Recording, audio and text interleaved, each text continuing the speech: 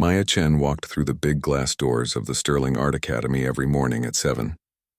She always came early before most students arrived. The building was quiet at that time.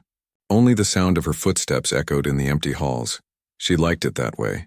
Quiet, peaceful, no one watching her. Maya was 23 years old. She had black hair that she always tied back in a simple ponytail. She wore the same thing almost every day. Old jeans with paint stains and a gray sweater. Her sneakers had holes in them. She did not care about fashion like the other students did. The Sterling Art Academy was not a normal school. It was one of the most expensive and famous art schools in the country. Students came from rich families. Their parents owned companies or were famous artists themselves. These students wore designer clothes. They drove expensive cars. They talked about trips to Paris and Rome like other people talked about going to the grocery store. Maya was different. She came from a small town 3 hours away. Her parents owned a small restaurant. They worked hard every day, cooking and serving food to customers. They saved money for years to help Maya go to art school. Every dollar was important in her family. Maya knew she did not fit in at Sterling Academy. The other students made that clear from the first day. They looked at her old clothes. They heard her quiet voice. They decided she was not important. That was fine with Maya. She did not come to make friends. She came to learn. She came to paint. Every day Maya went to her classes. She sat in the back row and listened carefully. Her professors taught them about famous artists. They learned about painting techniques that were hundreds of years old. They studied color theory and composition. Maya wrote everything down in her notebook. She practiced every technique until her hands hurt. The studio where students could paint was on the 3rd floor. It was a huge room with big windows that let in natural light. There were 20 painting stations in the studio. Each student had their own space with an easel and a table for supplies. The best spots were near the windows. Students fought over those spaces at the beginning of the year. The popular students got them, of course. They were the ones with talent and money and confidence. Their stations were always neat and organized. They had the best paints, the finest brushes, the most expensive canvases. Maya's station was in the back corner. It was the spot nobody wanted. The light was not as good there. The ceiling had a small leak that dripped water when it rained. The floor had old paint stains that never came clean, but Maya did not complain. She made that corner her own. She cleaned the space carefully. She organized her few supplies on the small table. She put up a cheap lamp to help with the light. That corner became her home at the academy. She spent more time there than anywhere else. While other students went to parties or expensive restaurants, Maya stayed in the studio. She painted late into the night. Sometimes she fell asleep at her easel and woke up with the sunrise. Her professors noticed her hard work. Professor Williams taught painting techniques. He was an old man with white hair and kind eyes. He would stop by Maya's corner sometimes. "You work very hard, Miss Chen," he said one evening. He looked at her latest painting. It was a landscape, simple but well done. "Your technique is good, very good. But technique alone is not enough." Maya looked up at him. "What do I need, Professor?" He thought for a moment. "Vision. You need to find your own voice, your own way of seeing the world.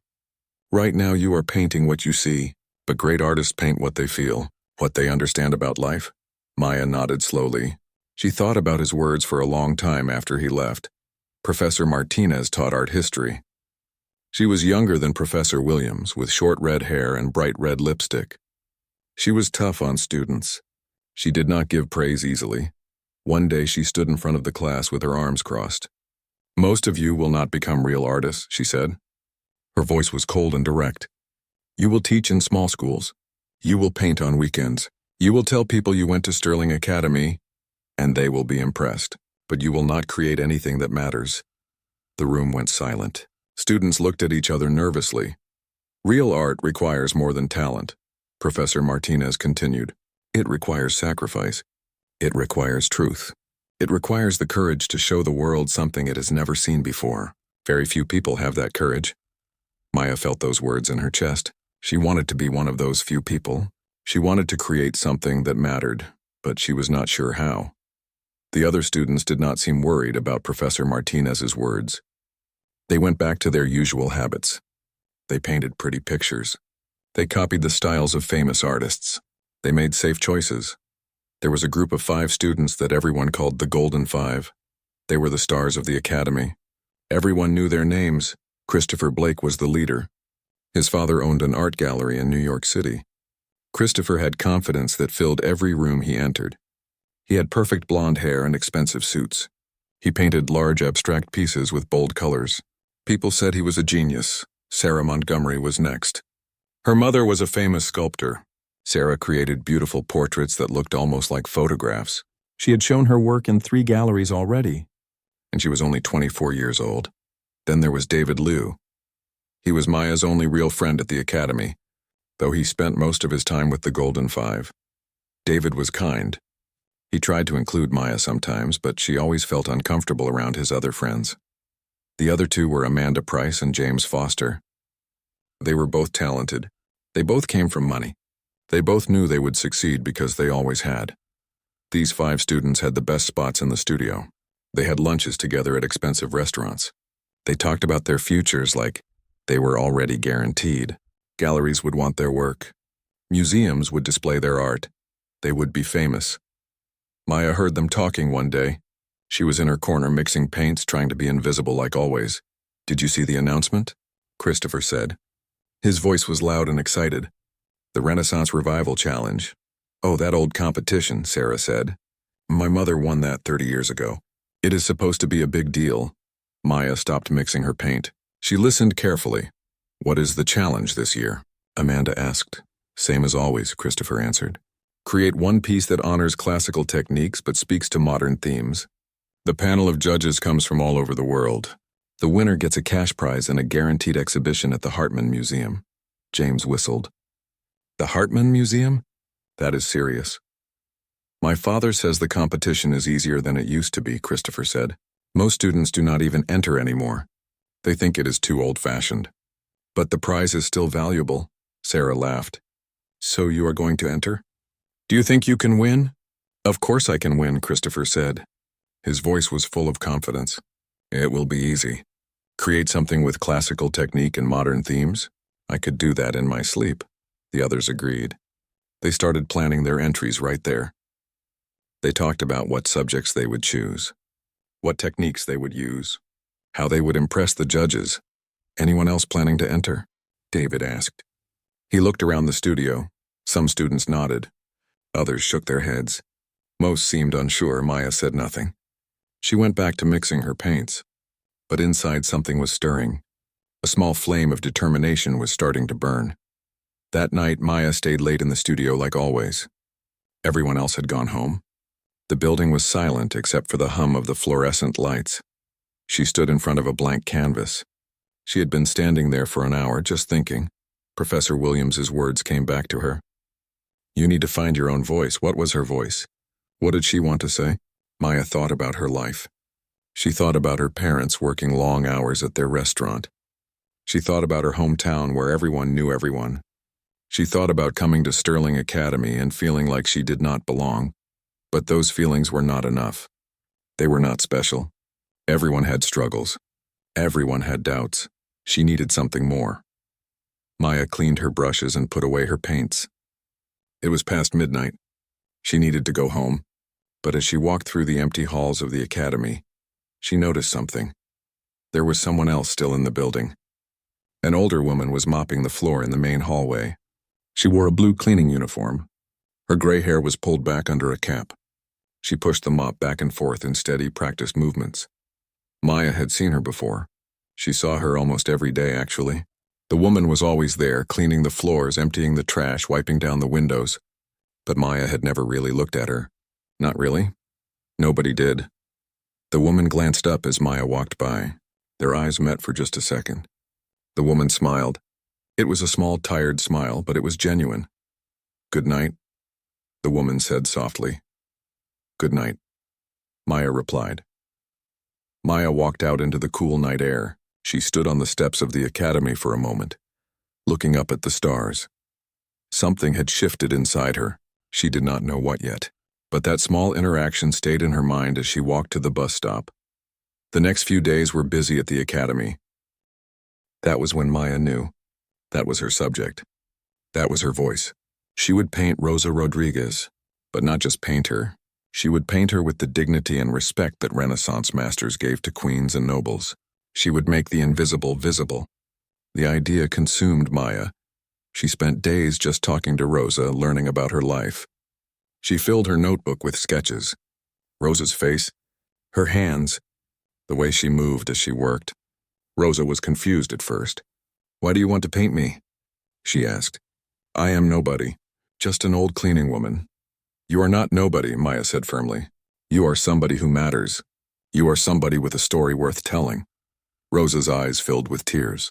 "Nobody has ever said that to me before." Maya felt a fire burning inside her now. She knew this was right. This was what Professor Williams meant about finding her own voice. This was what Professor Martinez meant about having the courage to show the world something it had never seen before. But she also knew it would be difficult.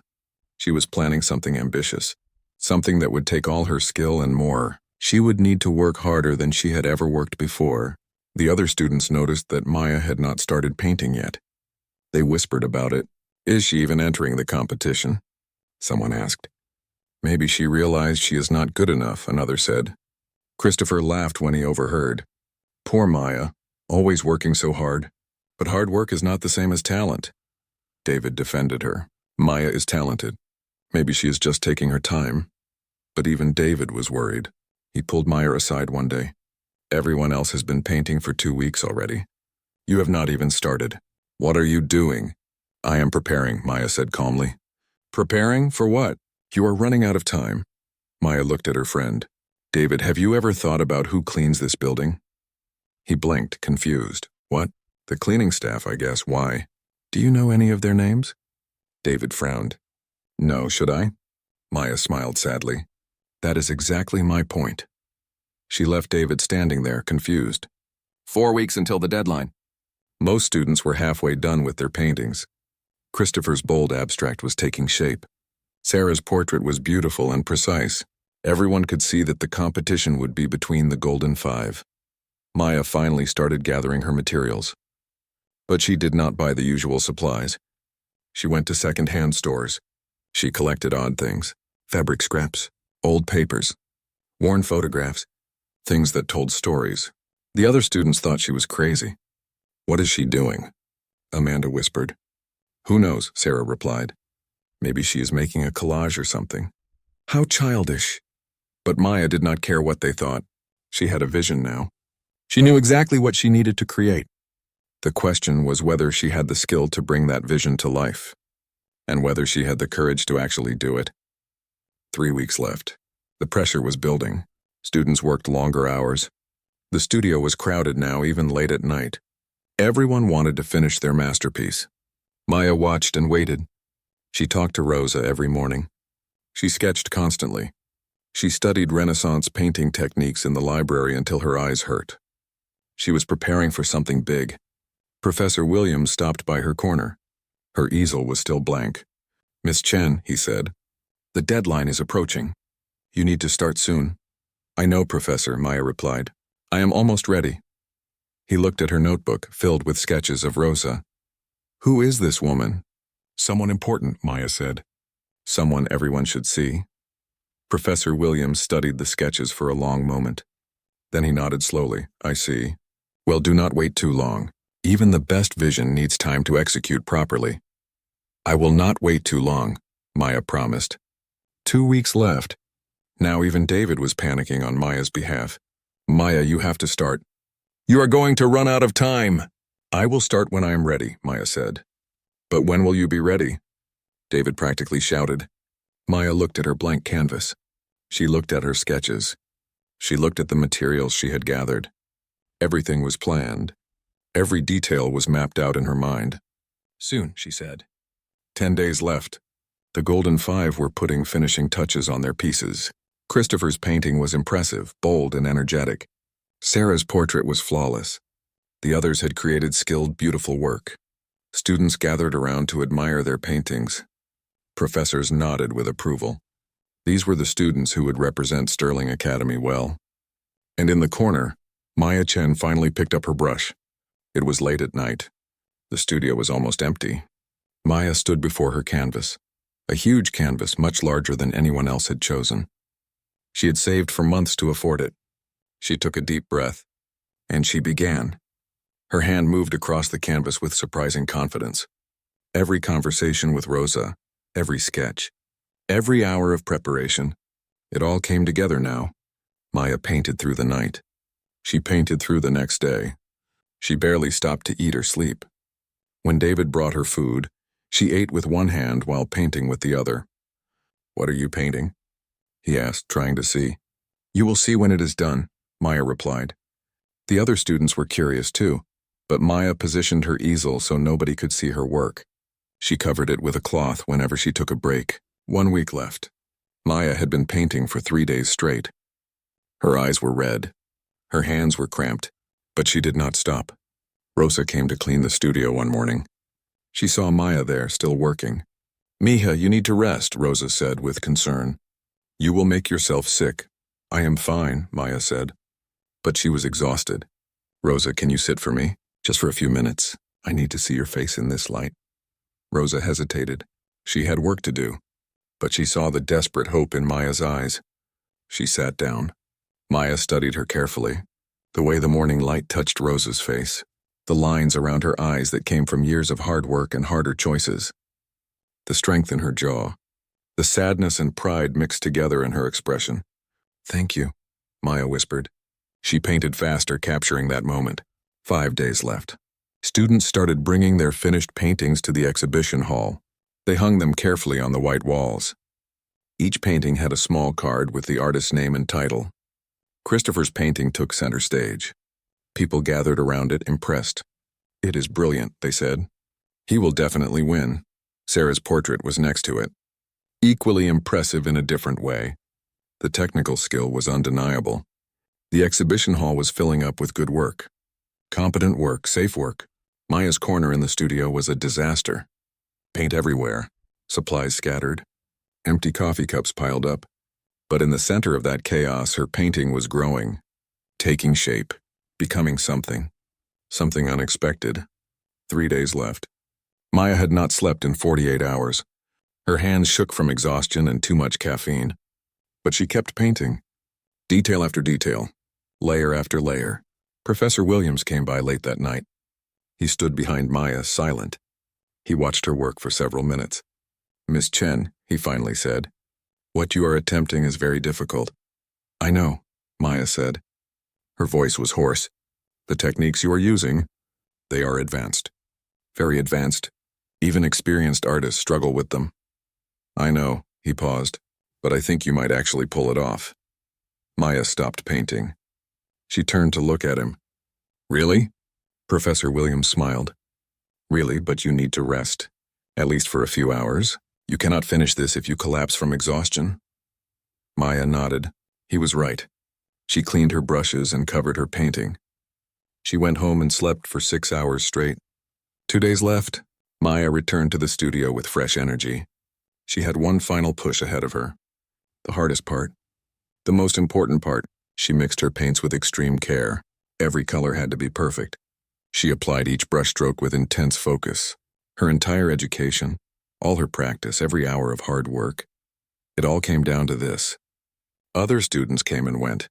They glanced at Maya's covered painting with curiosity. Some tried to peek under the cloth. Maya always stopped them. "You will see it at the exhibition," she said. 1 day left. Maya painted through the entire night again. The sun rose. Other students arrived at the studio. Maya was still painting. Her hands moved steadily despite her exhaustion. She was so close now. So very close. At 10 in the morning, David brought her breakfast. "Maya, the deadline is at 5 o'clock today. Are you going to make it?" Maya stepped back from her painting. She looked at it with critical eyes. Was it done? Was it good enough? She saw things she could improve, details she could add, but there was no more time. "Yes," she said, "I am going to make it." She spent the next few hours on final touches, small adjustments, perfecting what she could. At 3 o'clock, she painted her last brushstroke. She set down her brush, and she stepped back. It was done. Maya stared at her painting. She had poured everything into it. Her skill, her heart, her truth. But was it good enough? Would anyone else see what she saw? She did not know. She could not know. "I need help moving this," she called out. David and 2 facilities staff members came over. They were the same men who helped Rosa clean the building. When they saw the painting, they stopped. They stared. "Is that Rosa?" one of them asked quietly. "Yes," Maya said. "She looks like a queen," the other man said. His voice was full of wonder. The exhibition hall closed at 8 o'clock that night. The competition deadline had passed. All 30 submissions were now hanging on the walls, ready for the judges who would arrive tomorrow morning.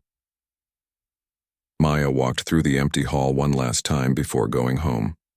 She looked at each painting carefully. There was so much talent on display. Students had worked hard. They had created beautiful things. Christopher's abstract painting still dominated the center wall. The bold reds and golds caught the eye immediately. It was confident and loud, just like Christopher himself. Maya could see why people were impressed. The technique was strong. The colors were striking. Sarah's portrait of the woman with the smartphone was next to it. The detail was amazing. Every fold in the Renaissance-style dress was perfect. The contrast between the old clothing and modern phone was clever. Sarah had skills that Maya could only dream of having. All around the room, skilled work stared back at Maya. Landscapes painted with expert brushwork, still life compositions that showed years of training, abstract pieces that played with color and form in interesting ways. And then there was her painting, The Invisible Renaissance. It looked different from everything else, bigger, messier in some ways. It broke rules that the other paintings followed. It mixed techniques that were not supposed to be mixed. Maya felt doubt creeping in. What if the judges hated it? What if they thought she was trying too hard? What if they did not understand what she was trying to say? She stood in front of her painting for a long time. Rosa's face looked back at her, dignified and strong. The ghostly students surrounding her seemed to move in the dim light of the hall. "I did my best," Maya whispered to the painting. "That is all I can do." She turned off the lights and locked the door behind her. Tomorrow the judges would decide. Tonight she needed to sleep, but sleep did not come easily. Maya lay in her small apartment bed, staring at the ceiling. Her mind would not turn off. She kept seeing her painting in her head. She kept thinking of things she could have done better. That shadow on Rosa's face, should it have been darker? The composition on the left side, was it too crowded? At 2 in the morning, Maya gave up on sleep. She got up and made tea. She sat by her window and looked out at the city. Somewhere out there, the judges were arriving, flying in from different countries, coming to Sterling Academy to find the best young artist. Would they choose her? Did she even have a chance? Maya thought about her parents. They had called yesterday, excited to hear about the competition. She told them she had entered. She did not tell them how different her painting was from everyone else's. She did not tell them she had worked for 72 hours straight to finish it. Her mother's voice had been so full of hope. "We are so proud of you, Maya, no matter what happens." Her father added, "You work harder than anyone we know." That has to count for something. But Maya knew that hard work did not always lead to success. Sometimes talent mattered more. Sometimes connections mattered more. Sometimes fitting in mattered more. And Maya did not fit in. She finally fell asleep around 4 in the morning. When her alarm went off at 6, she felt like she had barely closed her eyes. But today was the day. She had to be there. Maya showered and dressed carefully. She did not have fancy clothes like the other students, but she put on her cleanest jeans and her best sweater. She tied her hair back neatly. She looked at herself in the mirror. "You can do this," she told her reflection. "You already did the hard part. Now you just have to wait." The walk to the academy felt longer than usual. Maya's heart was beating fast. Her hands were shaking slightly. She took deep breaths, trying to calm herself. When she arrived, the building was already busy. Professor Williams and Professor Martinez were directing staff members who were preparing the exhibition hall. Other professors were there too, looking official and serious. "Miss Chen," Professor Williams called out when he saw her. "Good morning. The judges will arrive at 9 o'clock. All students who entered should be here by 8:30. You can stand near your painting during the viewing." "Okay," Maya said. Her voice came out as barely a whisper. "Are you nervous?" Professor Martinez asked. She did not usually show much emotion, but this morning she seemed almost kind. "Yes," Maya admitted. "Very nervous." Good, Professor Martinez said. That means you care. Never trust an artist who is not nervous about showing their work. Maya found a spot near her painting and waited. Slowly, other students arrived. The Golden Five came in together as usual. Christopher looked confident and relaxed, like he had already won. Sarah checked her hair in a compact mirror, making sure she looked perfect for the judges. Amanda and James talked quietly about their paintings. David came in and immediately found Maya. "How did you sleep?" he asked. "I did not," Maya said honestly. "Me neither." David looked at his own painting. It was good, a modern interpretation of a classical battle scene. But he did not seem happy with it. "I should have pushed myself more. I played it safe." "Your painting is good, David," Maya said. "Good is not enough," David replied. He looked at Maya's painting. "You took risks. That takes courage. Win or lose, you should be proud of that." More students filtered in. Soon, all 30 artists who had entered the competition were standing in the exhibition hall. The room buzzed with nervous energy. Some students chatted confidently. Others stood silently, lost in their own thoughts. At exactly 9 o'clock, the doors opened. The judges entered. There were 5 of them, all experts in the art world, all respected and important. The first was Dr. Elizabeth Hartman. She was the director of the Hartman Museum, one of the most prestigious art museums in the world. She was older, maybe 60 years old, with silver hair pulled back in a tight bun. She wore an expensive black suit. Her face was serious and hard to read. People said she had discovered some of the greatest artists of the last 20 years. People also said she was impossible to impress. Next was Mr. Chen Wu, a famous Chinese painter who had shown his work in every major city. He was tall and thin, with kind eyes behind round glasses. He walked slowly, looking at everything carefully. The third judge was Ms. Patricia Okonkwo, a Nigerian art critic whose reviews could make or break an artist's career. She was younger than the others, maybe 40, with beautiful braided hair and bright, intelligent eyes that missed nothing. Fourth was Señor Miguel Reyes, a Spanish curator who specialized in Renaissance art. He was short and round, with a gray beard and a warm smile. He seemed friendlier than the others, but Maya knew his standards were very high. The last judge was Professor Richard Chen from Tokyo University. He taught art history and had written several important books. He was quiet and thoughtful, taking notes on a small pad of paper as he walked. Behind the judges came several academy officials, including the dean. News reporters were there too, cameras ready. This competition was a big deal. The winner would be announced in the afternoon, and the story would be shared with art communities around the world. Professor Williams stepped forward. "Welcome, honored judges. Thank you for coming to Sterling Academy. We have 30 exceptional submissions for you to review today. Please take your time. The artists will be available to answer questions about their work." Dr. Hartman nodded. She did not smile. "Let us begin." The judges started at one end of the hall and moved slowly down the line of paintings. They stopped at each one. They looked carefully. They read the title cards. Sometimes they asked questions. The students stood nervously next to their work. When the judges approached, they straightened up, ready to explain their artistic choices. Maya watched the judges move closer and closer to her section of the hall. Her heart was pounding so hard she thought everyone could hear it. They reached Christopher's painting first. The bold abstract piece commanded attention. Christopher stood tall and confident next to it. Dr. Hartman studied the painting for about 2 minutes. "Tell us about your work," she said. Christopher launched into his explanation. "This piece represents the fire of human ambition. I used classical layering techniques that Renaissance masters developed, but applied them to a modern abstract form. The red symbolizes passion. The gold represents achievement. The dark spaces between show the struggles we face on the path to greatness." Mr. Chen Wu leaned closer, examining the brushwork. "Your technique is solid. The layers are well done." "Thank you," Christopher said, beaming. Ms. Okonkwo tilted her head. "But what is it saying? Beyond the symbolism you have explained, what are you showing us that is new?"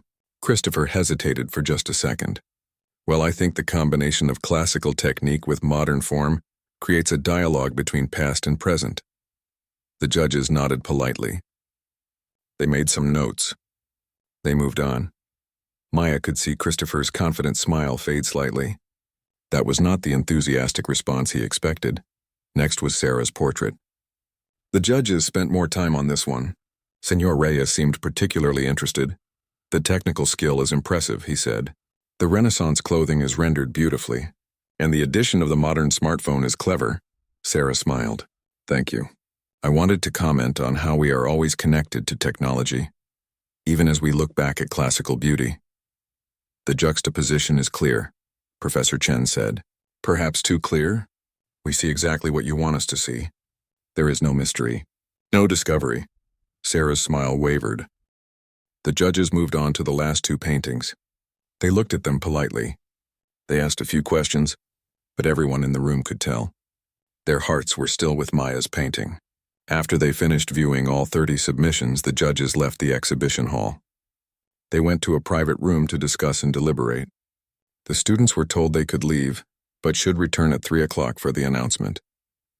The moment the judges left, the hall erupted in conversation. Students gathered in small groups talking about what they had seen. Many came over to look at Maya's painting more closely. I did not even know her name, one student said quietly, looking at Rosa's face. I have seen her 100 times, but I never asked her name. Me neither, another admitted. Christopher Blake stood in front of Maya's painting with his arms crossed. His confident expression was gone. He looked at his own painting, then back at Maya's. Finally, he walked over to her. Maya braced herself. Was he going to be angry? Insult her work? But Christopher just looked at her with something like respect. You made us all look like amateurs, he said. That was not my intention, Maya replied. I know. That is what makes it worse. Christopher ran his hand through his perfect hair. I thought this would be easy. I thought I just had to show off my technique and make something pretty. But you actually said something. You made people feel something. Your painting is good, Christopher, Maya said. Good is not enough. Your friend David said that earlier. He was right. Christopher looked at Rosa's face in the painting. I do not know if you will win. The judges are unpredictable. But you deserve to win. You are the only one of us who understood what art is actually for. He walked away, leaving Maya standing there, surprised. Sarah came over next. Unlike Christopher, she did not look defeated. She looked thoughtful. Can I ask you something? Sarah said. Of course. How did you know? How did you know to paint her? Maya thought about the question. I think I was looking for something real. Everyone else was painting ideas, symbols, clever concepts. But I wanted to paint a real person, a real life. Rosa's story mattered to me, so I painted it. Sarah nodded slowly. My painting is technically perfect. I know that. But it does not matter, does it? It does not say anything true. It says something, Maya offered. It says something obvious, Sarah corrected. Something safe. I was afraid to take risks. I wanted to impress the judges with my skills, but you impressed them with your heart. More students came over, not to congratulate Maya exactly, but to really look at her painting, to see what the judges had seen. David pulled Maya aside. Whatever happens this afternoon, you should be proud. You created something amazing. Thank you, David, that means a lot. I am serious. I have been here for 3 years. I have never seen anything like this. You took something invisible and made it impossible to ignore. The hours until 3 o'clock passed slowly. Maya tried to eat lunch but could not. Her stomach was in knots. She walked around campus trying to calm her nerves. Nothing helped. At 2:30, students started returning to the exhibition hall. By 2:45, everyone was there. The 30 artists who had entered stood near their paintings. Other students filled the back of the room. Professors lined the sides. News cameras were set up in the corners. At exactly 3 o'clock, the judges returned. Behind them came the dean and other academy officials. Everyone looked serious and formal. Dr. Hartman stood at the front of the room. The crowd fell silent. Thank you all for your patience, she began. My fellow judges and I have spent the afternoon carefully reviewing all 30 submissions. The level of talent here is impressive. You should all be proud of your work. Maya's heart was pounding. She felt dizzy. The Renaissance Revival Challenge asks students to honor classical techniques while speaking to modern themes. Many of you did this successfully. We saw strong technical skills. We saw creative interpretations. We saw beautiful work. Dr. Hartman paused. Maya could not read her expression. But we also saw something more in one piece. something that reminded us why art matters, why we dedicate our lives to creating and preserving it. Please, Maya thought, please let this be real. Art is not just about technique, though technique is important. Art is not just about beauty, though beauty has value.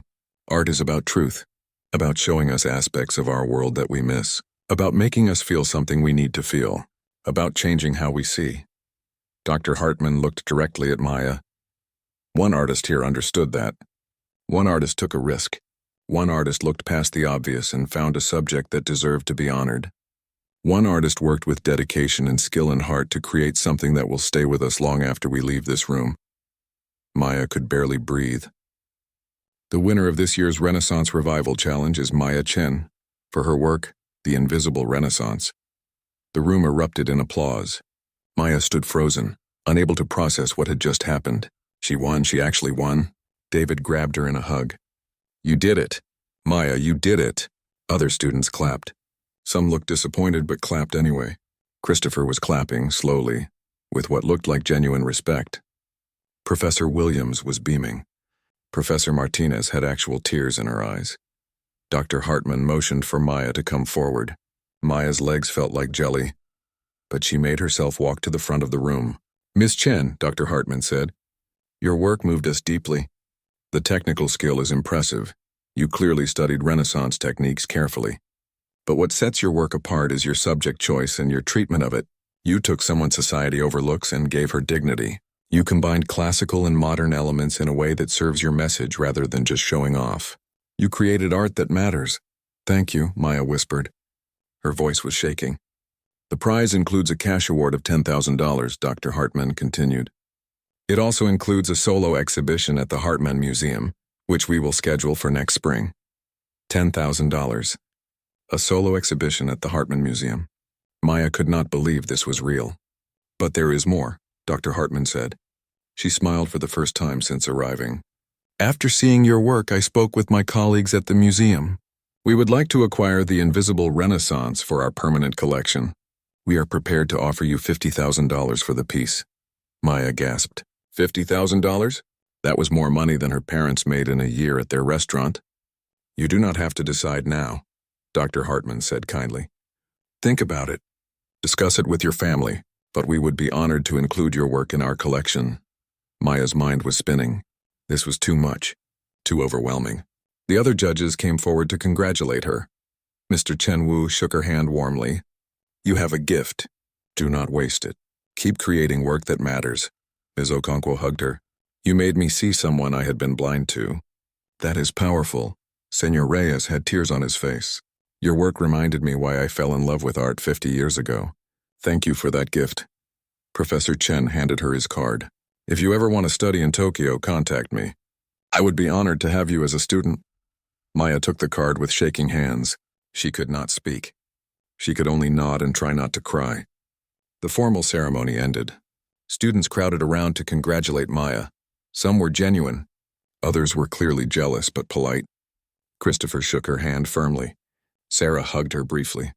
Through the crowd, Maya saw someone standing in the doorway. Rosa Rodriguez, still in her cleaning uniform, had come to see what was happening. Maya pushed through the crowd and ran to her. Rosa, did you hear? Rosa's face was streaked with tears. I heard it all. Mija, I am so proud of you. They want to put your painting in a museum, Maya said, her voice full of wonder. People from all over the world will see it. They will see you. Rosa shook her head in disbelief. Me in a museum? Yes, you deserve it. You deserve to be seen and honored and remembered. Rosa pulled Maya into a tight hug. They stood there in the doorway holding each other, both crying. Professor Williams came over. Miss Rodriguez, he said gently, would you like to see the painting again? Now that you know it will be in a museum? Rosa nodded. She walked with Maya and Professor Williams to the painting. Other students stepped aside respectfully. Rosa stood in front of her own image. She looked at herself portrayed with the dignity of a queen. She saw the care in every brushstroke. She saw herself as Maya saw her, as someone important, someone valuable, someone worth honoring. I wish my daughter could see this, Rosa whispered. She will, Maya promised. When it goes to the museum, we will bring her. We will bring your whole family. The afternoon faded into evening. The exhibition hall slowly emptied. Students went home or out to celebrate or commiserate. The judges left, promising to stay in touch with Maya about the exhibition details. Finally, it was just Maya, David, and a few professors left in the hall. Maya stood in front of her painting one more time. She had created this. She had worked so hard. She had poured her heart into it. And somehow it had worked. Somehow she had succeeded. "What are you thinking?" David asked. Maya smiled. "I am thinking about how wrong I was." "Wrong about what?" "I thought I did not fit in here. I thought I was not good enough. But maybe fitting in was never the point." Maya woke up the next morning to her phone ringing. She looked at the clock. 7 in the morning. Who would call so early? It was Professor Williams. His voice sounded excited. "Maya, have you seen the news?" "No, I just woke up." "What news?" "Your painting is everywhere." The art blogs picked up the story last night. By this morning, it was on major news sites. "You are getting attention from all over the world." Maya sat up in bed, suddenly wide awake. "What? How is that possible?" "One of the reporters at the competition yesterday works for a major art magazine. She wrote an article about your win. About Rosa. About your painting. It went viral overnight. Everyone is talking about it." Maya's hand started shaking. "Professor, I do not understand. Things do not go viral like that for art competitions." "They do when the story touches people," Professor Williams said. "Your painting is not just about technique or beauty. It is about seeing the invisible. About honoring the overlooked. That message resonates with people everywhere. Check your email. You have received dozens of messages already." Maya hung up and opened her laptop. Professor Williams was right. Her inbox was flooded. Messages from galleries, from other museums, from art collectors, from reporters wanting interviews, from regular people who saw the story and wanted to tell her how it moved them. There was an email from a woman in Chicago. "My mother worked as a janitor for 30 years. Nobody ever saw her. Your painting made me cry because it reminded me of her dignity. Thank you." Another from a man in California. "I have been a maintenance worker in schools for 15 years. I feel invisible every day. Your art made me feel seen. Thank you." More messages kept coming. From teachers, from nurses, from grocery store workers, from delivery drivers. People whose work kept society functioning, but who were rarely acknowledged or appreciated. They all saw themselves in Rosa. They all felt that Maya's painting was honoring them too. Maya read message after message, tears streaming down her face. She had not realized her painting would touch so many people. She thought it was just about one woman, but it had become about something bigger. Her phone rang again. It was David. "Maya, are you okay? Have you seen what is happening?" "I am seeing it now," Maya said. "I cannot believe this. The Academy's website crashed this morning. Too many people trying to see pictures of your painting. They are setting up a live stream so people can view it online. This is crazy. David, I do not know what to do. I am just a student. I am not ready for this." "You do not have to do anything right now," David said gently. "Just breathe. Take your time." The painting spoke for itself. You do not have to explain anything to anyone unless you want to. But the world wanted more. By mid-morning, Maya had received interview requests from 3 national news programs. An art podcast wanted her to be a guest. 2 publishing companies wanted her to write a book about her creative process. The cash prize that had seemed so generous yesterday, $10,000, was now just a small part of what was being offered to her. 3 different galleries contacted her with exhibition offers. One offered her $15,000 just to show her work for 1 month. Another offered $20,000, but the biggest offer came from a private collector, a woman named Jennifer Hartford, who owned one of the largest private art collections in the country. She wanted to buy the Invisible Renaissance for $100,000. $100,000. For a painting Maya had created in her corner of the studio, for a painting of a cleaning woman that everyone else had overlooked. Maya's head was spinning. This was too much, too fast.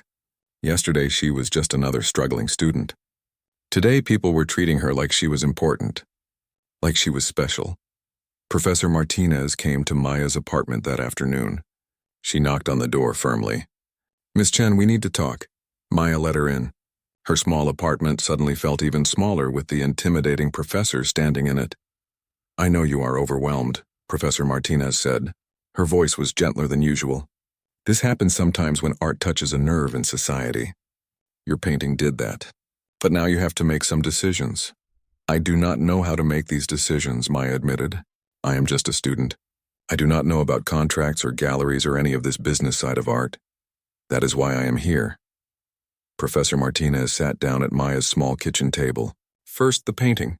Dr. Hartman offered you $50,000. This collector, Hartford, offered $100,000. But I think you should not sell to either of them yet. Why not? Because the value is still climbing. Every hour, more people see your work and connect with it. In a week, someone might offer you $200,000. In a month, even more. If you sell now, you might regret it later. Maya felt sick. But I need the money. My parents have been struggling. I have student loans. $50,000 would change my life. I understand that, Professor Martinez said. But listen to me carefully. This painting is more than just money. It has become a symbol. If you sell it to a private collector, only that person gets to see it. It disappears into someone's mansion. But if you let it go to a museum like the Hartman, millions of people will see it over the years. Your message about seeing the invisible will reach more people. Maya had not thought about it that way. What should I do? Tell Dr. Hartman you need time to think. Tell the collector the same thing. Meanwhile, let the painting stay at the academy for a few weeks. Let more people come see it. Let the story continue to grow. Then make your decision. It was good advice. Maya sent polite emails to both Dr. Hartman and Jennifer Hartford, asking for time to consider their offers. But the attention kept growing. A famous filmmaker wanted to make a documentary about Maya and Rosa. A writer wanted to create a children's book based on the painting's message. A clothing company wanted to print the image on t-shirts. Everyone wanted a piece of the invisible Renaissance. Everyone wanted to own or use or profit from what Maya had created. Through it all, Maya tried to stay grounded. She went to classes. She worked in the studio. She talked to Rosa every morning like she always had. Rosa was overwhelmed too. News crews had tried to interview her. Photographers wanted pictures of her standing next to the painting. People recognized her now when she worked. This is all too much, Rosa told Maya one morning. They sat together in an empty classroom, hiding from the cameras. I am not famous. I am just a cleaning woman. You were never just a cleaning woman, Maya said firmly. You were always important. People just did not see it before. Now they do. Because of you, Rosa said. You gave me this gift. How can I ever thank you? You already thanked me. You let me paint your story. You trusted me with something precious, your dignity, your truth. That was the gift you gave me. They sat in comfortable silence for a moment. Then Rosa said something that surprised Maya. My daughter wants to meet you. She saw the painting on the news. She cried. She said she never realized how hard her mother worked, how much I sacrificed. The painting helped her understand. I would love to meet her, Maya said. The meeting happened 2 days later. Rosa's daughter, Carmen, was a third-grade teacher like Rosa had mentioned. She was 35 years old with kind eyes like her mother. She came to the academy during her lunch break. Carmen stood in front of the painting for a long time without speaking. Finally, she turned to Maya with tears in her eyes. Thank you for seeing my mother. Really seeing her? I grew up watching her work so hard. 2 jobs, sometimes 3. She was always tired, but she never complained. She did it all for me so I could go to school, so I could have opportunities she never had. And I took it for granted. I did not appreciate it enough. Carmen looked back at the painting. But seeing this, seeing her painted like a queen with such respect and dignity, it reminded me that my mother is a queen. She always was. I just forgot to notice. Rosa wiped her eyes. Mija, you do not have to say these things. Yes, I do, Mama. Carmen took her mother's hand. Maya's art reminded me to see you. Really see you. That is a gift I will never forget. Watching them together, Maya understood something new about her painting. It was not just making Rosa visible to others. It was helping people see all the Rosas in their own lives. The mothers and fathers who worked invisible jobs. The cleaners and cooks and caregivers who kept the world running but were rarely noticed or thanked. That realization made Maya sure about one thing. This painting could not disappear into a private collection. It needed to be where people could see it, where it could continue to remind people to look around and notice the invisible workers who deserve their respect. She emailed Dr. Hartman that night. I want the Hartman Museum to have the painting, but not for $50,000. I want to donate it. I want it to be free for anyone to see. That is more important to me than money. Dr. Hartman called her immediately. Miss Chen, you do not have to do this. The painting is worth much more than I offered. You could sell it for 10 times what I proposed. You should not give up that money. I am not giving up anything, Maya said. I am gaining something better. I am making sure Rosa's story reaches as many people as possible. That matters more than money. But you are a struggling student. You have loans. Your parents need help. Are you certain about this? Maya thought about her parents. Christopher Blake, who had been so confident about winning the competition, surprised everyone. He started volunteering at a community center, teaching art to kids from low-income families. When someone asked him why, he said, Maya taught me that art should be about more than showing off. It should be about seeing people who need to be seen. Sarah Montgomery changed her approach to painting. She stopped trying to create technically perfect works and started painting subjects that mattered to her. Her new paintings were less polished but more honest. She seemed happier. Even the professors changed. They started encouraging students to look beyond traditional subjects, to find stories in unexpected places, to use their skills to say something meaningful. Maya had not meant to start a revolution. She just painted one woman who deserved to be honored. But that one painting had rippled outward, changing how people thought about art and about each other. Not everyone was happy about these changes. Some of the wealthy families who sent their children to Sterling Academy complained. They said the school was becoming too political, too focused on social issues instead of pure artistic technique. The dean called Maya to his office one afternoon. He was a tall, thin man with gray hair and an expensive suit. His office was filled with awards and certificates on the walls. Miss Chen, he said. Please sit down. Maya sat nervously. Was she in trouble? I want to talk to you about the impact your painting has had on this academy, the dean said. His voice was neutral, hard to read. Okay, Maya said quietly. Some members of our board are concerned. They feel that the academy is losing its focus on technical excellence. They worry that students are more interested in social messages than in mastering their craft. Maya felt her heart sink. I am sorry. I never meant to cause problems. The dean held up his hand. Let me finish. These board members are wrong. What you have done is remind this academy of its true purpose. Art is not just about technique. It is about truth, about humanity, about using our skills to show the world what it needs to see. You have helped our students remember that. Maya looked up, surprised.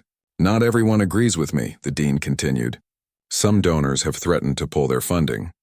But I told them that if they cannot support an institution that values truth and human dignity alongside technical skill, then perhaps their money is not worth having. You said that? Maya asked. I did, and I meant it. The dean smiled. Your painting did not just change our students, Miss Chen. It reminded me why I became an educator in the first place. So thank you for that. Maya left the dean's office feeling lighter, but she also understood that her painting had consequences she had not anticipated. It had become bigger than her. It had become a symbol that different people interpreted in different ways. Some saw it as a reminder to value all workers. Others saw it as a critique of inequality. Some saw it as a call to action. Others saw it as proof that art should be about more than beauty. Maya just wanted people to see Rosa, but she was learning that once art goes out into the world, the artist cannot control what it means to people. The weeks passed quickly. Winter turned to early spring. The exhibition at the Hartman Museum was approaching. Maya was supposed to attend the opening.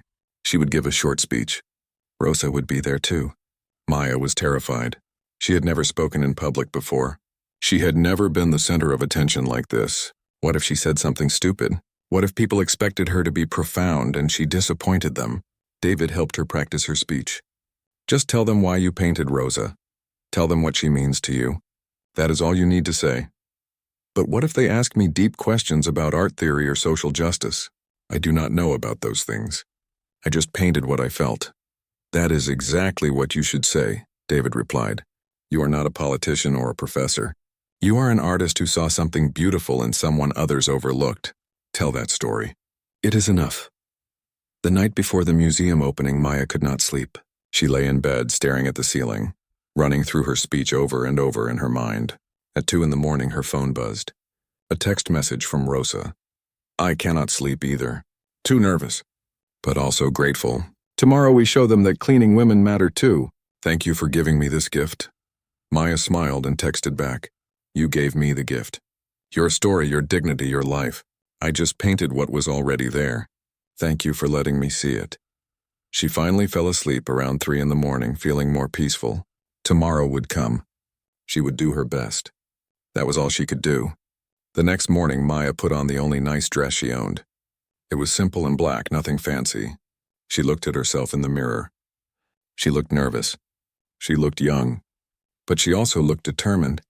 Her parents had driven 6 hours to be there. They met her at the museum entrance. Her mother hugged her tightly. We are so proud of you, Maya. So very proud. Her father looked uncomfortable in his suit. He rarely wore anything but his cooking clothes from the restaurant. But his eyes were shining with pride. Our daughter, the famous artist. I am not famous, Baba, Maya said. Today you are, he replied with a smile. They walked into the Hartman Museum together. It was huge and intimidating. High ceilings, marble floors, security guards everywhere. Maya felt out of place. But then she saw Rosa. Rosa was wearing a new dress, the first new dress she had bought in years. Her daughter Carmen was with her, along with Rosa's 2 grandchildren. Rosa looked beautiful and terrified. Maya rushed over to her. Rosa, you look wonderful. I feel like I am going to be sick, Rosa admitted. All these important people coming to see my face on a wall. It does not feel real. It is real. You deserve this. You deserve to be honored, Dr. Hartman appeared. She looked elegant in a navy suit, her silver hair perfect. Miss Chen, Mrs. Rodriguez, are you both ready? The doors open in 10 minutes. Ready as we will ever be, Maya said. They walked to the special exhibition room where Maya's painting was displayed. Maya had not seen it since leaving Sterling Academy. The museum had built a beautiful space for it. The lighting was perfect. The white walls made the painting stand out. And there, on the plaque next to it, was Rosa's full story. Her name, her journey from Mexico, her 40 years of work, everything Maya had wanted people to know. Rosa read the plaque slowly. Tears rolled down her cheeks. They spelled my name right, she whispered. They told my story. Of course they did, Maya said. Your story matters. The doors opened. People flooded in. Art collectors, critics, journalists, students, regular people who had read about the painting online. They all wanted to see it in person. They filled the exhibition room. They stood in front of the invisible Renaissance in silence. Some took photos. Some wiped their eyes. Some just stood there looking. A woman in an expensive coat approached Rosa. Are you her? Are you the woman in the painting? Rosa nodded, nervous. Yes, I am Rosa Rodriguez. The woman's eyes filled with tears. My mother was a housekeeper. She died last year. She worked her whole life cleaning other people's homes. She was invisible just like you were, but she was the strongest person I knew. This painting. It is like someone finally saw her, finally honored her. Thank you for letting this artist paint you. Rosa did not know what to say. She just hugged the woman. More people came up to Rosa throughout the afternoon. They thanked her. They told her their own stories of invisible workers in their lives. They said the painting made them want to be better, to notice people they usually overlooked. Maya watched from the side.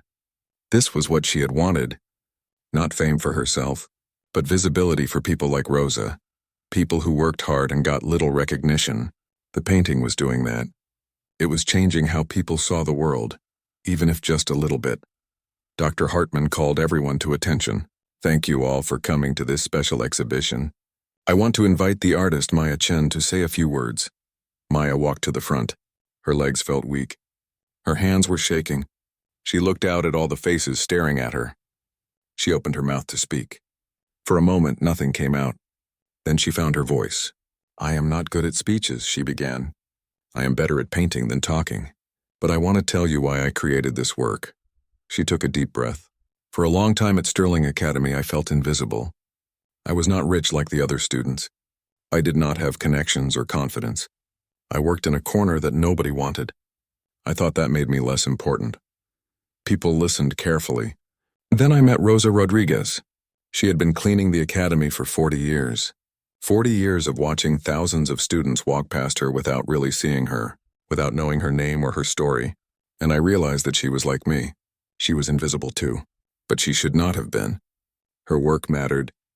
Her life mattered. Her story mattered. Maya looked at Rosa, who was crying again, so I painted her. I used techniques from Renaissance masters because those painters knew how to show dignity. They knew how to make someone look important and worthy of respect. I wanted Rosa to have that same honor. This painting is not really about my skill as an artist. It is about really seeing the people around us who make our lives possible, but who we never thank or notice.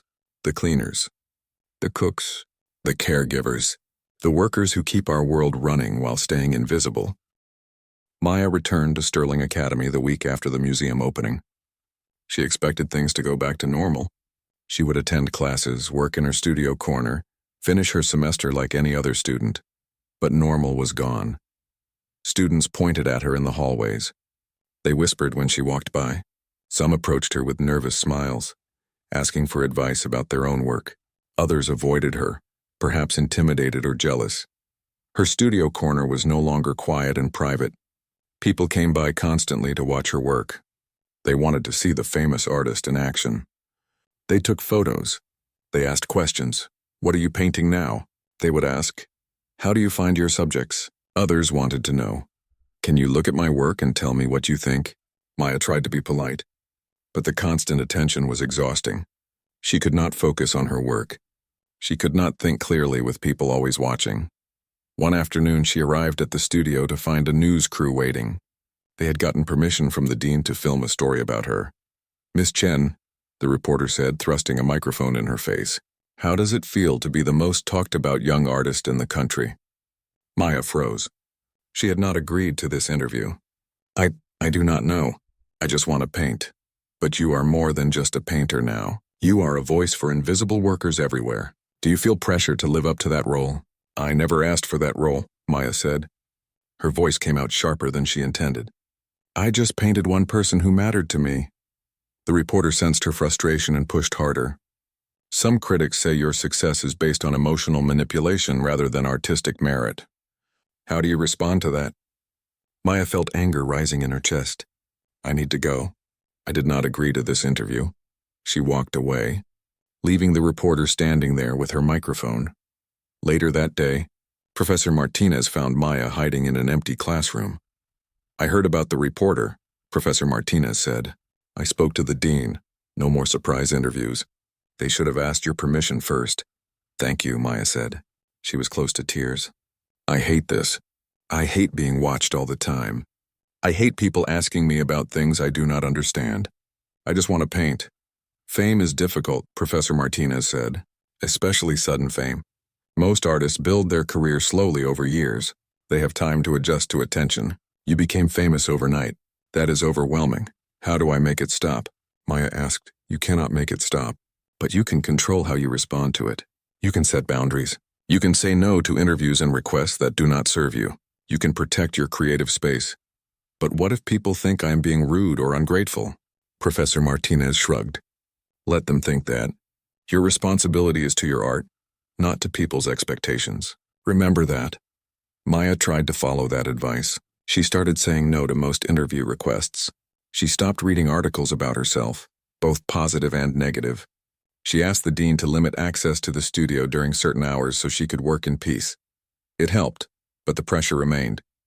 Everyone wanted to know what Maya would create next. Gallery owners called weekly with exhibition offers. Art magazines wanted her to write articles.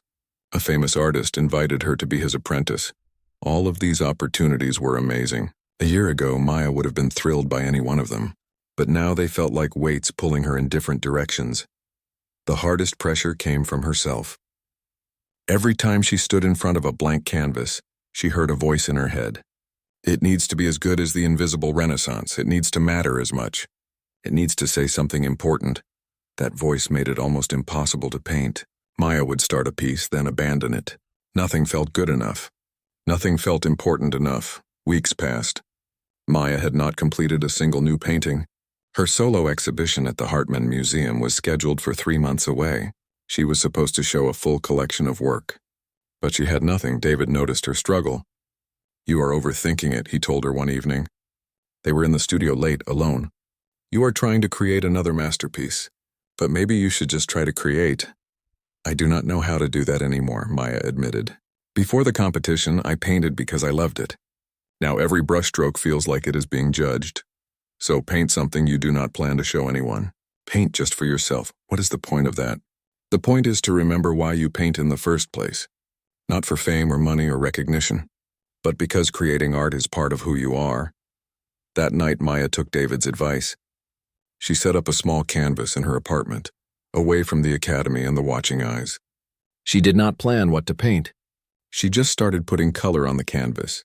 She painted her mother's hands kneading dough in their restaurant kitchen.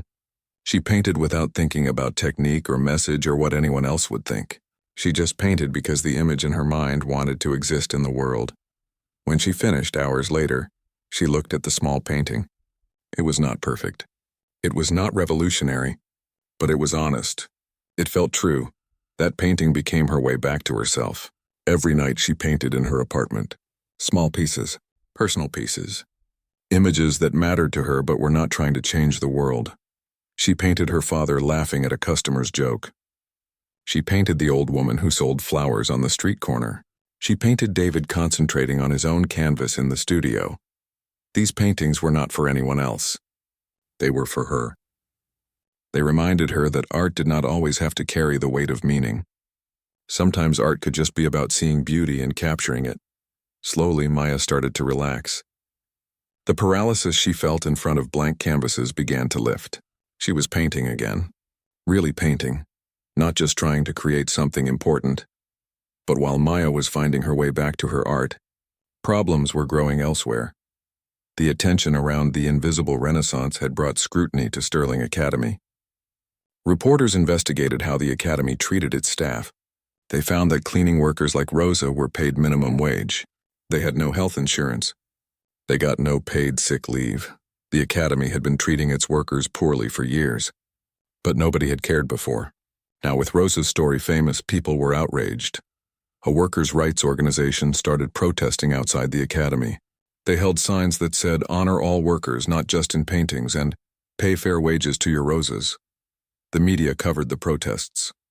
The story became, "Artist paints janitor as a queen, but academy pays her poverty wages."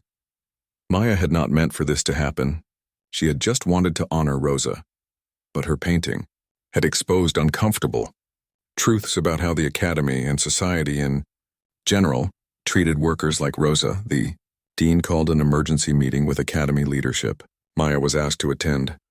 "This situation is becoming a crisis," the dean said. He looked tired and stressed. "Donors are upset. The board is divided. Some want to raise wages for our staff immediately. Others say we cannot afford it without raising tuition, which would make us less competitive." "What does this have to do with me?" Maya asked. "Everything," one board member said sharply. "Your painting started this. Your art has become a weapon being used against this institution." Maya felt her anger flare. "My painting is not a weapon. It is a tribute to a woman who deserved one. If honoring her exposes that you have been underpaying her for 40 years, that is not my fault." "But you must understand," another board member said, trying to be reasonable. "This academy has financial constraints. We cannot simply double wages for all our workers overnight." "Why not?" Maya asked. "You have money for fancy renovations, money for expensive guest speakers, money for galas and events, but no money for the people who actually keep this place running." The room went silent. Professor Martinez spoke up. "Miss Chen has a point. We claim to value all people through our art education, but we do not value the people who clean our studios and serve our food. That is hypocrisy." "It is not that simple," the dean said, though he looked uncomfortable. "Yes, it is," Maya replied. "Rosa worked here for 40 years. She was invisible until I painted her. Now everyone can see her. And what they see is a woman who was never paid fairly or treated with respect. That is the truth. My painting just made people look at it." The meeting ended without resolution. The board needed time to discuss options.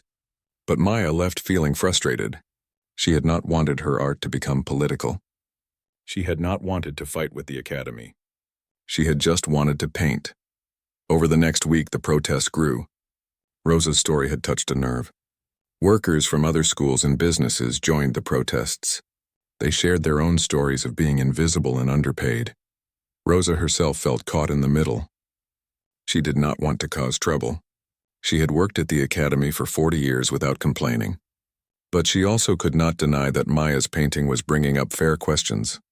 "I feel guilty," Rosa told Maya. "All these people are protesting because of me.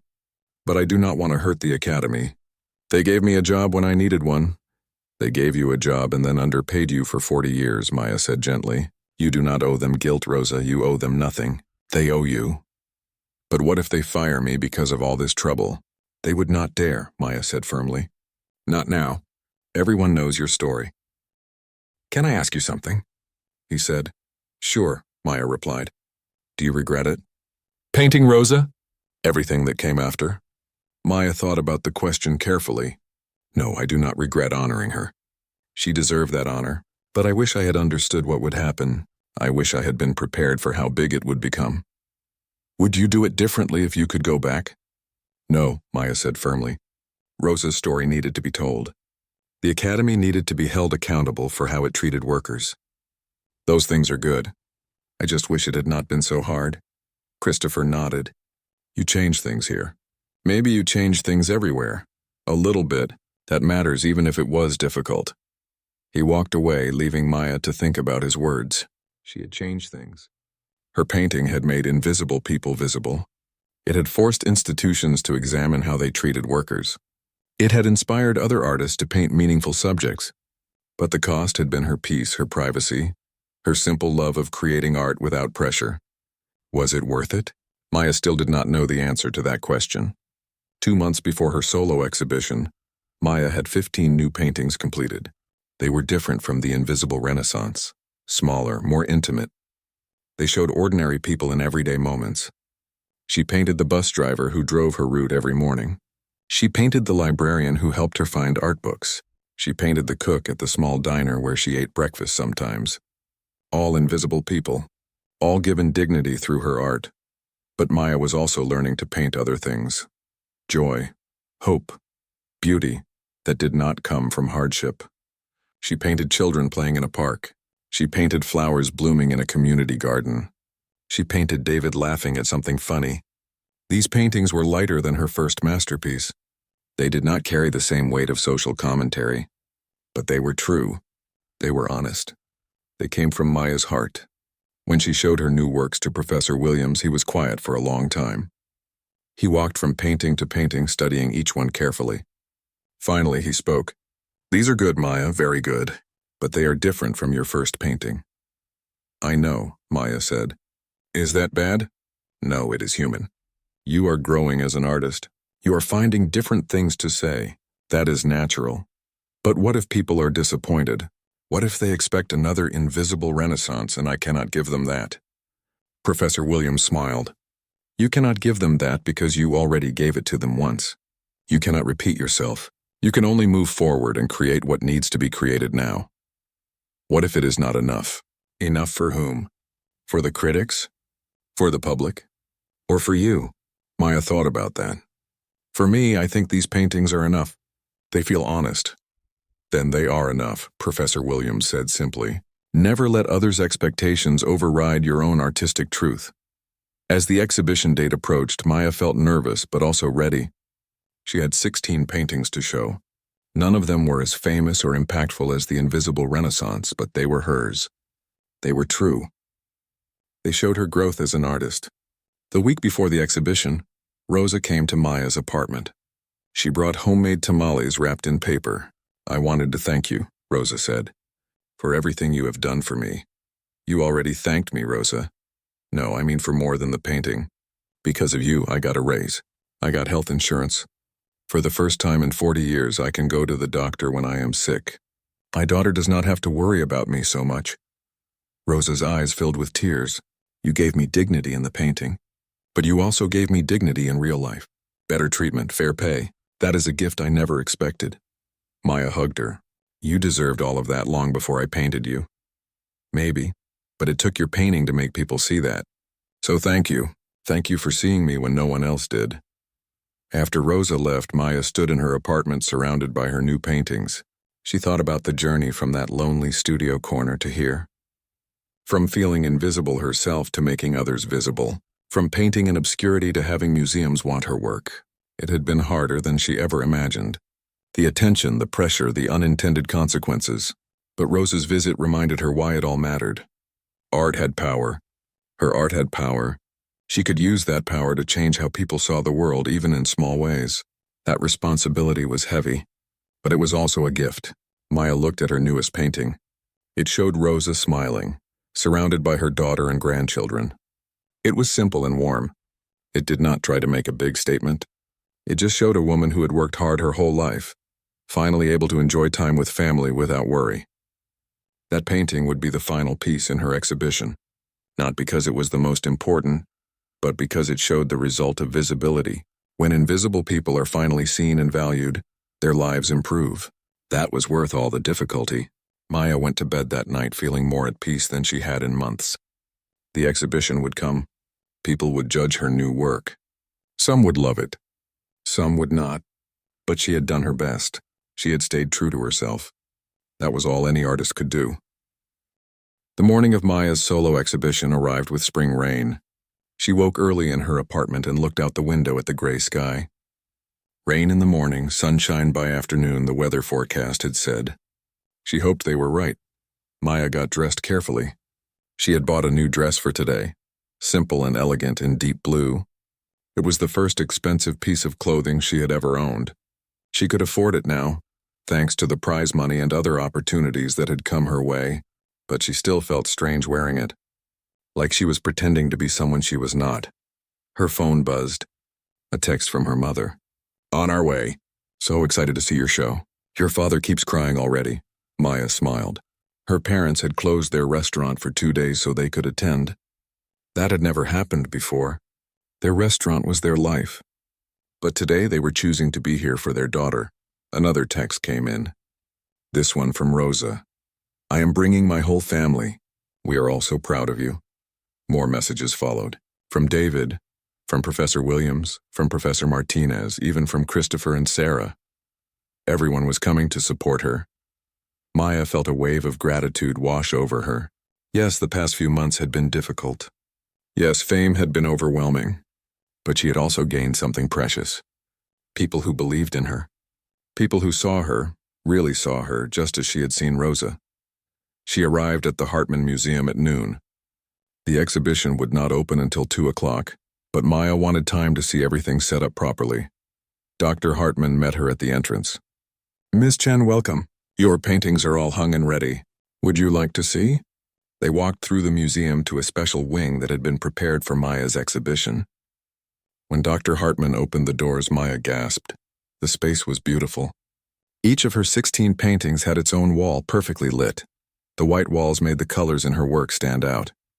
Labels next to each painting told who the subject was and why Maya had chosen to paint them. The invisible Renaissance was not part of this exhibition. It was in the permanent collection now, in a different part of the museum, but a large photograph of it was displayed at the entrance of Maya's exhibition space, reminding visitors of the painting that had started everything. Maya walked slowly through the gallery. She saw her painting of Rosa with her family. She saw the bus driver, the librarian, the cook. She saw the children playing, the flowers blooming, David laughing. 16 stories, 16 people, 16 moments of seeing what others overlooked. It looks perfect, Maya whispered. It is perfect, Dr. Hartman replied. Your work has matured even in these few months. These paintings show a broader range. They show that you are not just an artist with one important thing to say. You are an artist with many things to say. Do you think people will understand that? Maya asked. Or will they be disappointed that nothing here is like the first painting? Some will be disappointed, Dr. Hartman said honestly. Some critics will say you are playing it safe now, not taking risks. Others will say you are trying too hard to repeat your earlier success. Critics will always find something to criticize. That is not very comforting, Maya said. Dr. Hartman smiled. But here is what matters. You created work that is true to where you are right now as an artist. These paintings are honest. They show growth. That is what real artists do. They evolve. They do not stay frozen in one moment of success. Maya nodded. Dr. Hartman was right. She could not spend her whole career trying to recreate the invisible Renaissance. She had to move forward, even if people did not always understand or appreciate the direction she chose. At 1 o'clock, Museum staff arrived to prepare for the opening. They set up tables with refreshments. They checked that everything was in place. Security guards positioned themselves throughout the gallery. Maya's parents arrived at 1:30. Her mother wore her best dress, the one she saved for special occasions. Her father's suit was slightly too tight, but he wore it with pride. "Maya," her mother said, pulling her into a long hug. "Look at all this. A whole exhibition just for you. I cannot believe it." Her father was already crying as he looked at the paintings. "You painted real people. People like us. People who work hard and never get noticed. You made them beautiful." "They already were beautiful, Baba," Maya said. "I just helped other people see it." Rosa arrived with her family shortly after. Carmen, Rosa's daughter, looked at the painting of her mother with the family. "Mama, look, that is us. We are in a museum." Rosa's grandchildren ran around excitedly. "Abuela is famous. Abuela is in a museum." Rosa laughed and cried at the same time. "This is all too much. Too wonderful. I never dreamed of anything like this." David came next, bringing several other students from Sterling Academy.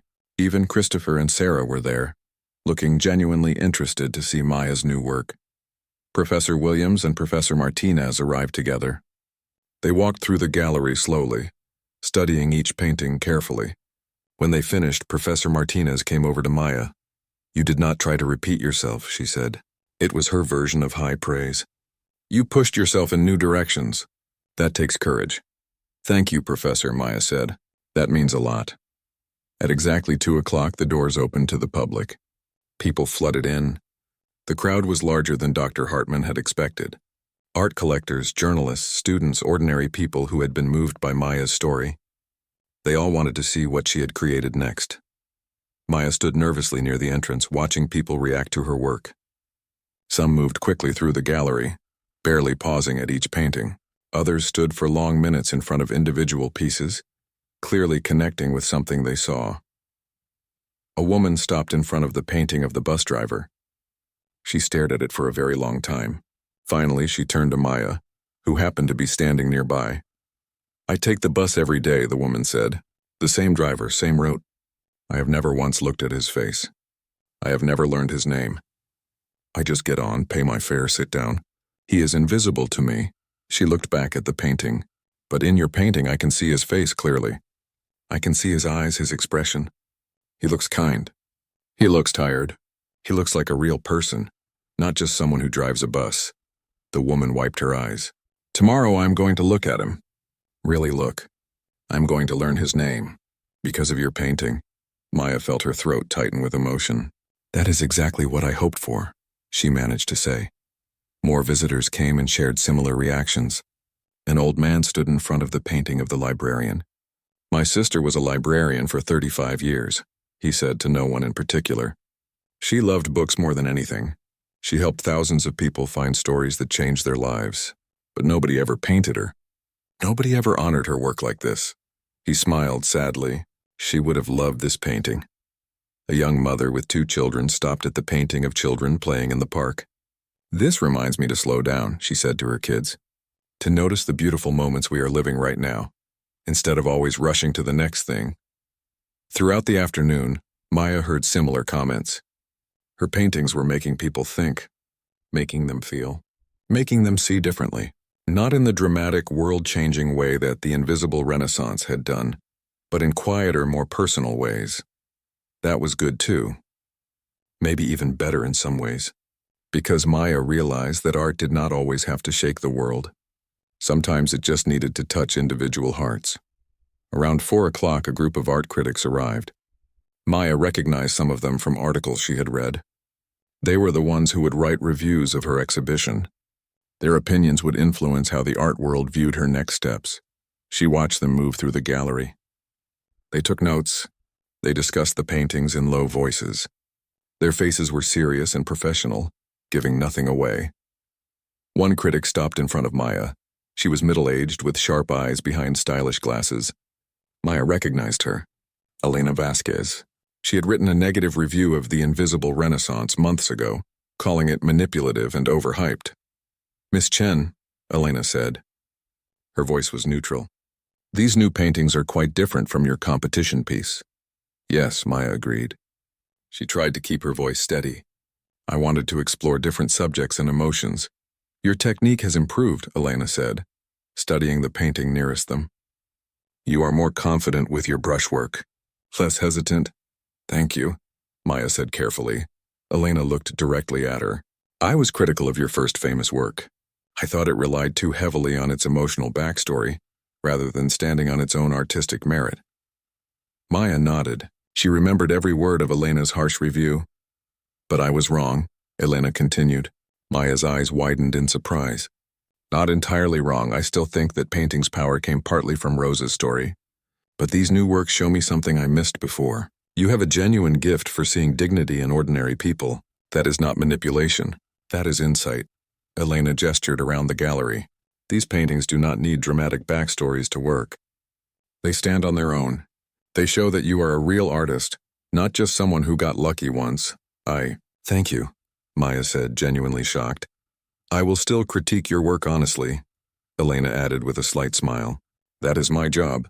But I wanted you to know that I see your growth, and I respect it. I am realizing something, Maya said. When I created the Invisible Renaissance, I was not trying to be famous or important. I just wanted to honor one person who mattered to me. And somehow that simple honesty made it powerful. Yes, Dr. Hartman agreed. But after it became famous, I forgot that, Maya continued. I started thinking I had to create important art that would change the world. I put so much pressure on myself that I almost could not create at all. She looked at her paintings on the walls. These new works are not trying to change the world. They are just trying to show truth, to capture moments of dignity and beauty that I witnessed. And somehow that is making them powerful too. Not as dramatic as before, but powerful in a different way. Dr. Hartman nodded. That is wisdom, Maya. Many artists never learn that lesson. They spend their careers trying to repeat their first success or create something bigger and more important. They forget that the best art comes from honesty, not from ambition. I think I understand that now, Maya said. Later that evening, after most visitors had left, Maya's closest friends and family gathered in the gallery. Her parents, Rosa, and her family, David, Professor Williams and Professor Martinez, even Christopher and Sarah. Dr. Hartman brought out champagne. A toast, she said, raising her glass. To Maya Chen, an artist who reminds us to see the world differently. May you continue creating truth and beauty for many years to come. Everyone raised their glasses. To Maya! Maya felt tears in her eyes. She looked around at all these people who had supported her, who had believed in her even when she did not believe in herself, who had taught her and challenged her and helped her grow. Thank you, she said. All of you. I could not have done any of this without you. Her father raised his glass again. To my daughter, who always had a gift for seeing beauty where others saw nothing. We are so proud of you. They drank and talked and celebrated. Rosa's grandchildren ran around the gallery, playing hide-and-seek between the paintings. Carmen stood with her arm around her mother, both of them looking at the painting of their family. Professor Williams pulled Maya aside. I want to tell you something, he said. When you first came to Sterling Academy 3 years ago, I saw potential in you. But I also saw doubt. You did not believe in yourself. I remember, Maya said. But now I see an artist who has found her voice. More importantly, I see a person who knows that art is about more than fame or success. You have learned what matters. That is rare. Hold on to that understanding. I will, Professor. I promise. As the evening wound down, people started to leave. Hugs and congratulations were exchanged. Promises to stay in touch were made. Finally, only Maya and Rosa remained in the gallery. They stood together in front of the Invisible Renaissance, which was visible through a doorway connecting to the permanent collection gallery. Do you remember that first morning when you asked me to sit for you? Rosa said, I thought you were crazy. Why would anyone want to paint an old cleaning woman? Maya smiled. I remember. You said you were nobody. You proved me wrong, Rosa said softly. You showed me that I was somebody, that my life had value, that my work mattered. She turned to look at Maya. You changed my life, Mija, not just with money or benefits. You changed how I see myself. You changed my life too, Maya replied. You taught me what real dignity looks like. You taught me that the most important stories are often the ones nobody is telling. You made me a better artist and a better person. They hugged, holding each other for a long moment. What will you paint next? Rosa asked when they finally stepped apart. Maya thought about the question. I do not know yet, but I am not worried about it anymore. Something will speak to me. Someone will need to be seen, and when that happens, I will paint them. Good, Rosa said. The world needs artists like you. Artists who pay attention. Artists who care. They walked out of the museum together into the cool spring evening. The rain had stopped just as the forecast promised. The sky was clearing and stars were beginning to appear. Maya looked up at those stars and thought about her journey. From a small-town restaurant to an elite art academy, from a lonely corner studio to museum exhibitions, from feeling invisible to being seen, but more than that, from being afraid to take risks to having the courage to paint truth, from seeking approval to trusting her own vision, from trying to fit in to understanding that being different was her strength. The reviews would come in the next few days. Some would be positive, some would be negative. Some critics would praise her growth. Others would say she was playing it safe after her bold first work. Maya knew she could not control any of that. She could only control her own work, her own honesty, her own commitment to seeing and painting truth. Her phone buzzed. A message from David. The early online reviews are coming in. They are good, Maya, really good. She smiled but did not check the reviews. She would read them tomorrow. Tonight, she just wanted to feel proud of what she had accomplished. Maya thought about that first painting, the one that started everything. The invisible renaissance had changed her life in ways she never imagined. It had brought fame and opportunity and attention, but it had also brought pressure and criticism and doubt. Now, standing under the stars on this spring evening, Maya understood something important. That painting was not the end of her story. It was the beginning. She had many more stories to tell. Many more people to see, many more moments of beauty and dignity to capture. Some of those paintings would be noticed, some would be forgotten, some would touch hearts, some would miss their mark. That was okay. That was part of being an artist. The important thing was to keep looking, keep seeing, keep creating. Because somewhere out there, someone was invisible. Someone was working hard, making the world better and getting no recognition for it. Someone needed an artist to see them and say, "You matter. Your story deserves to be told." Maya would find those people. She would paint their dignity. She would make the invisible visible. That was her gift. That was her calling. That was her masterpiece, not one painting, but a lifetime of paintings that helped people see differently. She walked home through the quiet city streets, already imagining her next subject. An elderly man who sold newspapers on the corner. A young woman who taught music lessons to children in a community center. An immigrant family who ran a small grocery store in a neighborhood where everyone knew their names. So many stories, so many invisible people waiting to be seen. Maya could not paint them all. But she would paint as many as she could. She would spend her career honoring the overlooked and the undervalued. She would use her gift to show dignity where others saw nothing worth noticing. That would be her legacy. Not one famous painting, but a body of work that changed how people saw the world around them. When Maya finally reached her apartment, she did not go inside right away. She stood on the steps and looked back at the city. Millions of people lived here, each one with a story, each one with dignity that deserved to be seen. She could not paint them all, but she could paint some, and maybe if she did it well enough, her paintings would inspire others to see differently too, to notice the invisible people in their own lives, to thank them, to honor them, to recognize their humanity. That ripple effect, from one painting to many people, from many people to changed perspectives, from changed perspectives to a kinder world, that was the real masterpiece. Maya smiled and went inside. Tomorrow she would start a new painting. She did not know exactly what it would look like yet. But she knew it would be honest. It would be true. It would show someone who deserved to be seen. That was enough. That would always be enough. Years later, when people asked Maya about the invisible renaissance and how it changed her life, she would tell them the truth. That painting did not change her life.